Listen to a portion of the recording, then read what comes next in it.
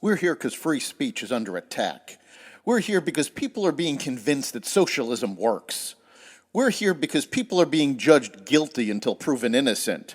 We are fighting back with facts. This is not a safe zone, so buckle up, Buttercup. This is the raw, naked truth.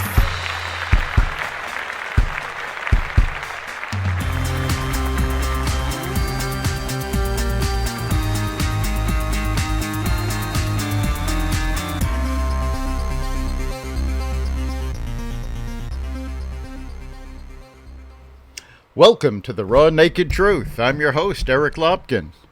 It's 2022 and we will be heading into the midterm elections soon. We've already seen a slew of Democrats retiring from mostly the House, but also a couple in the Senate. Now, this is generally seen as a sign that they expect to lose the midterm elections. The fact that the Democrats will lose the House and Senate in the midterm should come as a surprise to no one. Even if Biden was a great president and his popularity were high, in the past 100 years, the incumbent party has lost the midterms 98% of the time. So the Democrats would have an uphill battle in the best of circumstances. And we can't say that this is the best of circumstances for the Democrats. Biden has led the Democratic Party down the drain with both his incompetence and his kowtowing to the radical left. The media has ignored the truth of the Biden administration, which begs the question, if no one reports on a scandal, did it happen? Biden ran his campaign saying he had a plan to shut down the virus. Here's what he said. I'm not going to shut down the economy. I'm not going to shut down the country. I'm going to shut down the virus. Now, of course, he's changed his tune. He says the federal government can't do anything and pushes the responsibility to the states. Again, in his words. They said, thank you very much. Look, there is no federal solution. This gets solved at a state level. I'm looking at Governor Sununu on the board here. He talks about that a lot. And it ultimately gets down to where the rubber meets the road, and that's where the patient is in need of help or preventing the need for help. Now he's pushing the answer off on the states. Now, of course, he went after states like Florida for not following his mandates. Since then, most of his mandates have been struck down by the courts, and states that ignored him have lower case rates than the others. He claimed to have a plan, but clearly he had no such thing.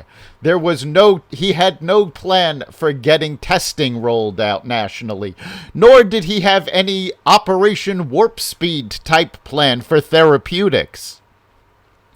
Aside from COVID, the media has largely ignored the debacle in Afghanistan, the Hunter Biden laptop and influence peddling, and the disaster at the border.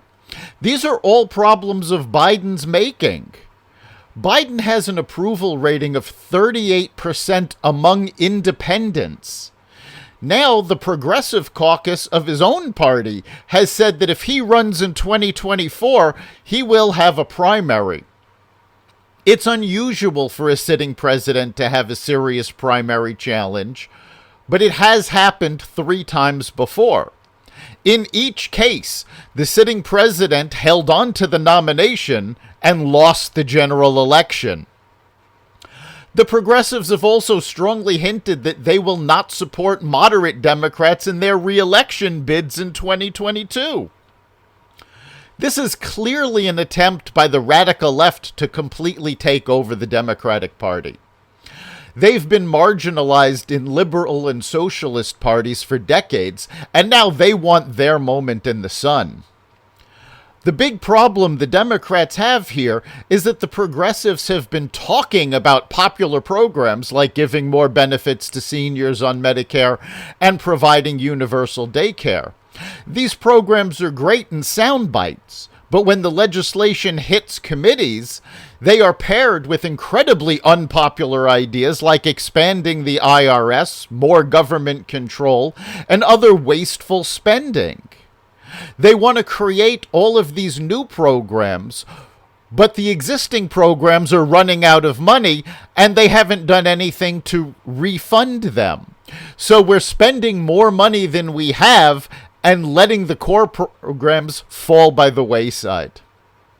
Progressive policies like defund the police, bail reform, and critical race theory were soundly thrashed in the November 2021 elections across the country, even in very progressive cities and states. The tone-deaf progressives have said the problem is that they didn't get enough passed. No, that's not the problem. America has clearly said they don't want these policies. Worse, the progressives have no idea how government actually works. They push for Biden to make executive orders that would be thrown out by the courts because the president does not have the ability to simply make a law. That's the job of Congress. The fact that the progressives can't get their agenda passed does not mean you can do it another way. They want to eliminate the filibuster because the rules don't suit them. These rules are there to protect our democracy. And in the past, Chuck Schumer has railed against the removal of the filibuster, a position he has flipped on now that it doesn't work in his favor, and he's afraid of AOC primarying him for his Senate seat. Fortunately, moderate Democrats like Joe Manchin and Kyrsten Sinema are standing in the way of plans to change the rules so the left can get their plans passed. So what does all of this mean for the midterms? Simply put, the Democrats expect to lose both houses.